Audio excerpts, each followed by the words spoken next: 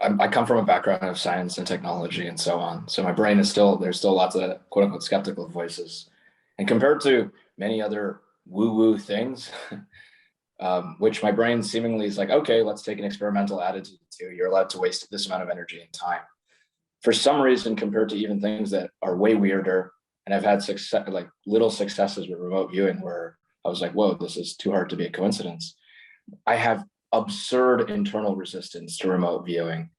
I every time I intend to do it, I just procrastinate it. I took a class with John Vivanco, it's ongoing, and I've procrastinated doing every homework. Somehow compared to every other thing, remote viewing is just, I procrastinate a ton. So I just was curious. Maybe that's too little information, but no, I could understand that.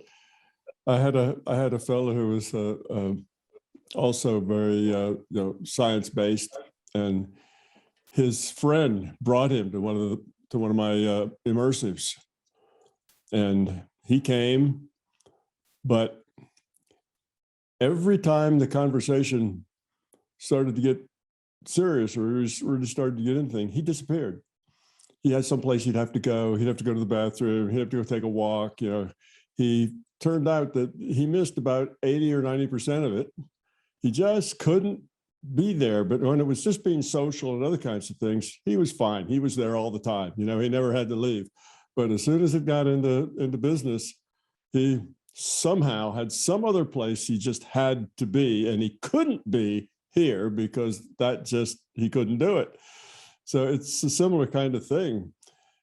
This material will tear up your belief space. You have beliefs about how the world works, and your whole life's been based on that. Your education's been based on that. That your world makes sense to you is based on that. And suddenly, if that's not the case, and there's something more, something different, that's going to mean that you've suddenly got a whole lot of work to do. You've got a whole lot of new things to learn and catch up on, and your whole reality is going to change. And that is not necessarily a pleasant thought. It's kind of comfortable right where it is. So I think that's what's going on. You're kind of sabotaging your own self from learning these things, because learning them comes with a pretty steep price. And that is tear up, your complete belief system and remake it in some different way. And maybe that different way opens up whole new sections of it that you feel like you maybe need to pay attention to. But your life's pretty busy and settled and calm, and you're successful doing what you're doing. Why would you want to step into that, and create all this new stuff you have to deal with? So I think it's just that sort of thing, and it's not that, it's not that you can't overcome it. It's just that you have this feeling of, I don't think so. Well, okay, I think it's maybe, but not now, later, it's that sort of thing. And you'll come up with an excuse or something else you have to do, or, something will always be there to get in your way. Well, oh, gee, I'd really like to do this, but right now I've got to do this other thing. And it's just a way to avoid something that you see as a big stressor, because you've heard enough of it to realize, well, it's possible. All right, maybe not likely, but it's possible. And if it's possible, do I really want to go there? And the answer that's coming back is yes and no. Yes, if it is, I really want to know, but no, I don't really want to tear up my life. So that's, I think, what's going on, John, is that you're of two minds here. You'd like to move forward and explore. And on the other hand, that seems like a bit of a scary thing to do, because your whole life, your success, how you get along, the paycheck you earn, all the things that are working for you are all on the other side. And now you're exploring this side, and it's just a little scary. But what I would tell you is that learning this side doesn't hurt that rational side. It doesn't hurt that intellectual side. you can keep all that. You don't have to throw any of that away. You just see it within a bigger perspective. It's sort of like the people who were used to Newtonian physics, classical physics. And that was their whole world. That was it. Those were laws, not theories. That just was the way the world was. And then comes along, relativity and quantum physics. And suddenly, Newtonian physics isn't right anymore. Well, actually, probably 90% of all the physics that's done in the world outside of academia is Newtonian physics, because that's the area we live in, where we're not that fast or that small. So it's okay, Newtonian physics isn't right. It's wrong, but it's close enough. And we see that it works in this area, which is an important area for us to work in.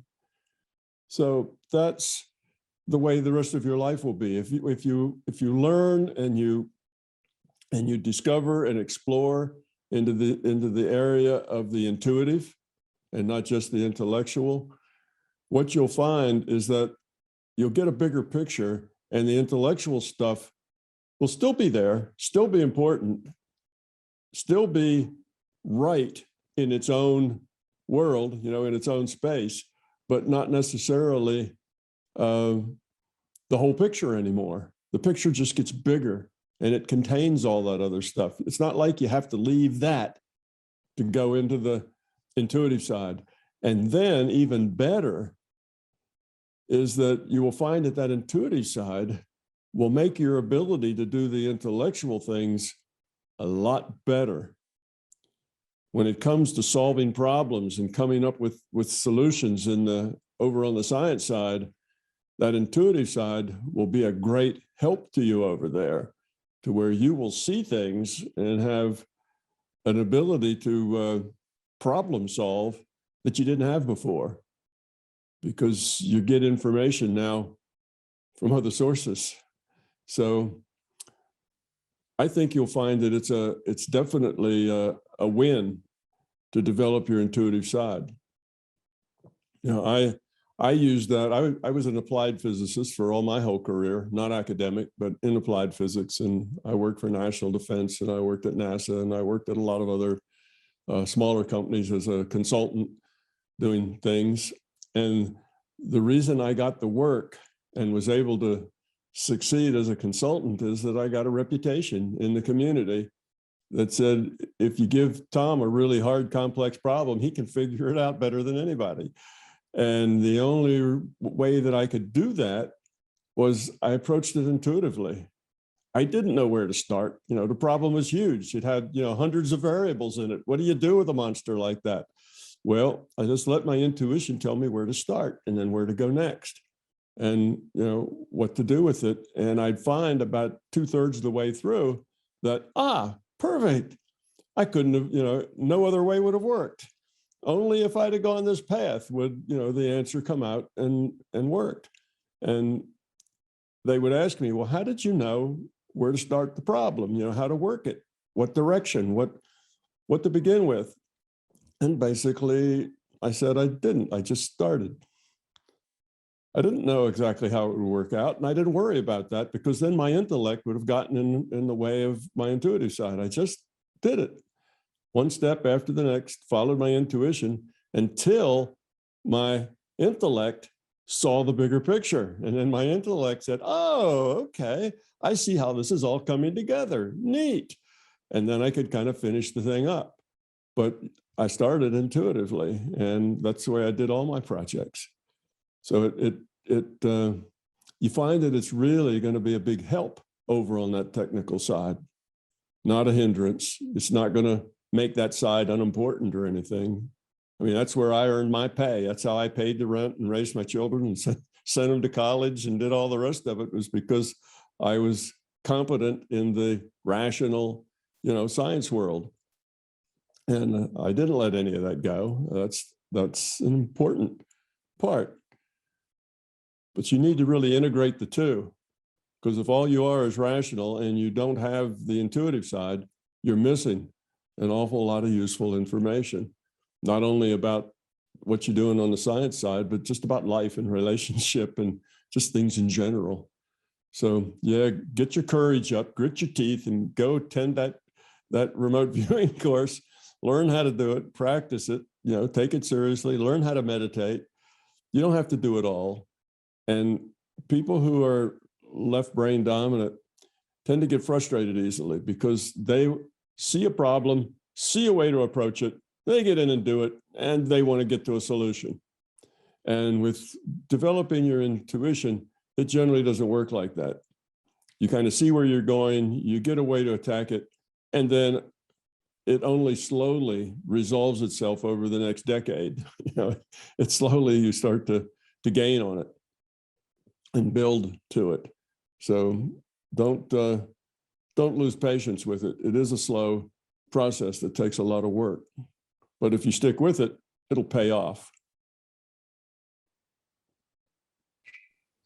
If I could reflect back what happened to me when you were saying this, I feel like I intellectually had this knowledge and ideas in my head, but it was very physiological while you were saying that. Like, it was in my head and it felt very controlled, and I went into my chest and I felt all this fear, and it was like, oh my God, that's why I'm like disembodied. I'm trying to like escape that, but in a weird enough way, somehow your voice was like kind of just made it easier to stick there. And it's really weird, but on the other side of that fear was like a little mischievous kid who was like, oh my God, this is a new playground. And so it's interesting that it's like, when you talk about the integration, they're not mutually exclusive. So for some reason, the emotion that came up for me is this mischief, this like playfulness, like, well, I can really fuck with science now. Yes, indeed. That's probably as good a way as any to put it. Yeah, but it'll make you more effective both places. Actually, your rational part will make you more effective on the intuitive side, and your intuitive side will make you more effective over on the rational side. As a whole being, you're better at both than you would be with just one or the other. So it's good to get big pictures, because those solutions that you look for on the science side actually will come better if you do have the big picture. It's usually because you're lost in the weeds that you don't see the big picture, and that's where you're missing the connection over on the intellectual side. And the intuitive side will give you that bigger picture. So yeah, they work together. So get your courage up and decide just to go do it. And I think once you get into it, you'll have enough successes, probably, sporadic at first, not so much, then suddenly a big one, and then not so much and not so much, a lot, and then suddenly a big one. You'll probably go like that, because it'll be mostly whether you just happen to catch your mind in the right space at the right time. But keep working at it, and it will become, because of your nature of being methodical, you will get there, because that's your nature, is to plug on it and plug on it. That's the way techies work. They get their teeth into something and they just keep going till they get to the end. So that being methodical will help you stick with it. So yeah, I can appreciate your needing to escape. I've run into other people who have felt the same way, but courage. Do you have time for my second question? Sure.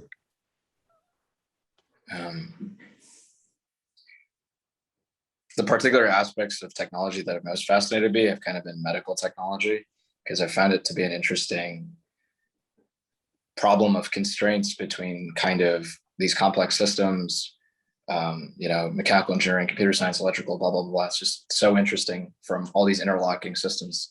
You have to figure out. And on the other side, it's like, oh, you can't just optimize for scale or money or this, like you're trying to help people in the social good. And I feel like, as much as it's intellectually enjoying, emotionally, it's been tough for me, because I know they're not always trade-offs, but I guess I've always felt like I don't know what is the fine line between what's, kind of practical even if you're doing less good, it's more scalable. And so absolute value wise, it's better versus doing more good, but it's less scalable. And therefore maybe the absolute value is lower. To kind of give a more concrete example of how this comes up for me is I did some volunteering at kind of like a soup kitchen thing of sorts.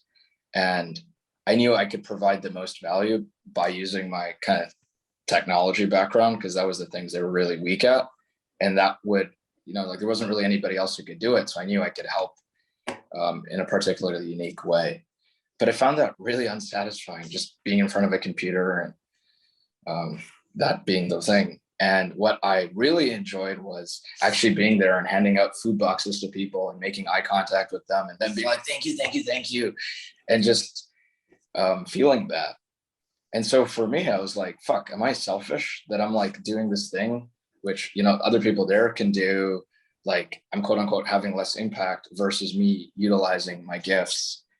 And I know there in practice, you can kind of do both, but it really did kind of always make me wonder, like, what's the right, I guess I've just phrased it in my head as like, what's the right, like, I'm giving back by sitting in front of the computer and doing all those things and doing it for as much fun as it is. And then, getting that great feeling of actually seeing somebody's eye when you give them something.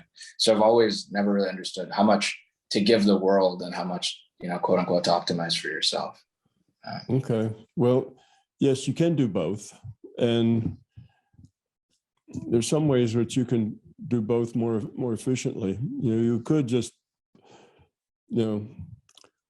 do what you have to do so that their technical systems work. They need computer, they need networking, they need all this other stuff that you know how to do. Perhaps so you're doing that for them. Well, fix their problems, their immediate problems, to get them back online or get their communications working or whatever else you do. And as soon as you get all the big problems fixed, then go over and get in the line for serving people and collecting the dirty stuff and actually getting your hands dirty and meeting the people and doing that connection. But do your techie job first to keep them going.